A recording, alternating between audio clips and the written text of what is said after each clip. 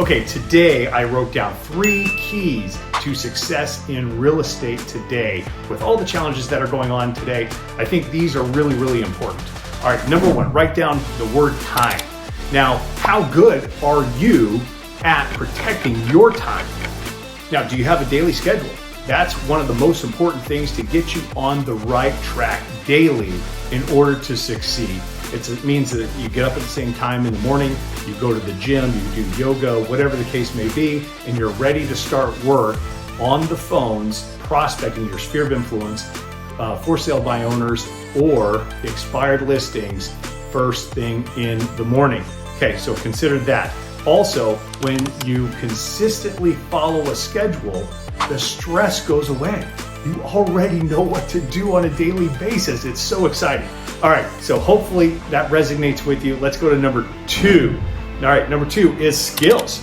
All right, you've got to start upping the skill set that you have. Now, I know everybody out there has been really successful for the last 4 or 5 years because you answered the phone and you went and sold a house. But in today's market, there's 2 things I want you to consider.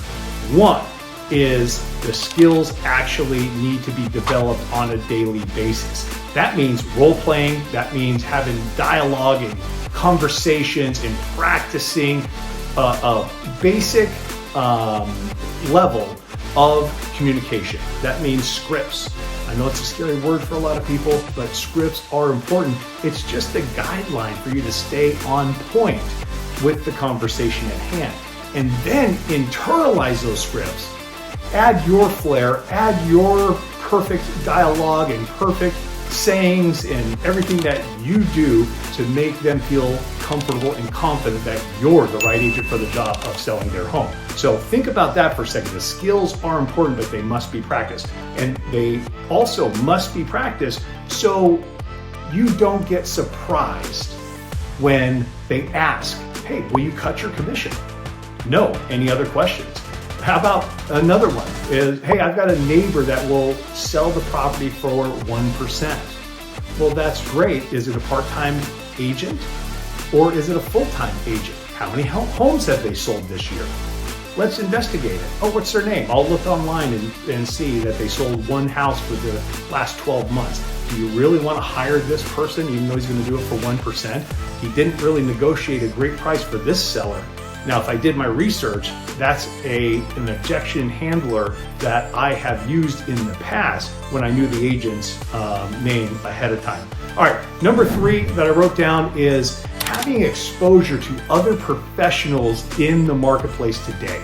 Now, it doesn't have to be in your market, it doesn't have to be in your neighborhood and all that stuff, although I network with a whole bunch of agents that are in my market. But how about exposure at a coaching company or your individual office that you can get along with and you can learn from and practice some of these dialogues and some of these scripts so it doesn't throw you off, and maybe get some industry insight. Hey, what are you talking about when the client comes up with this objection? And you get what they say. And you're like, okay, you know what? I like half of that. I'm going to internalize that. I'm going to write my own script down and I'm going to say it like this. And then that way you're already at an advantage in the marketplace because you're practicing it every single day, Monday through Friday. All right, hope that helps.